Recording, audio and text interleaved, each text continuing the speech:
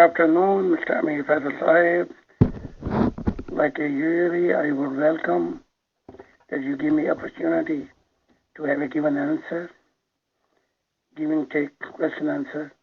And India is a very fruitful country, and I believe once I'm gonna be arrive in India, there will be many people who like to hear about God.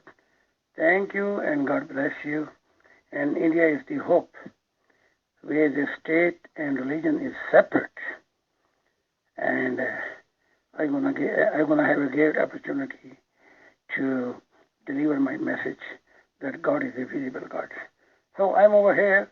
Let me know whenever you're ready.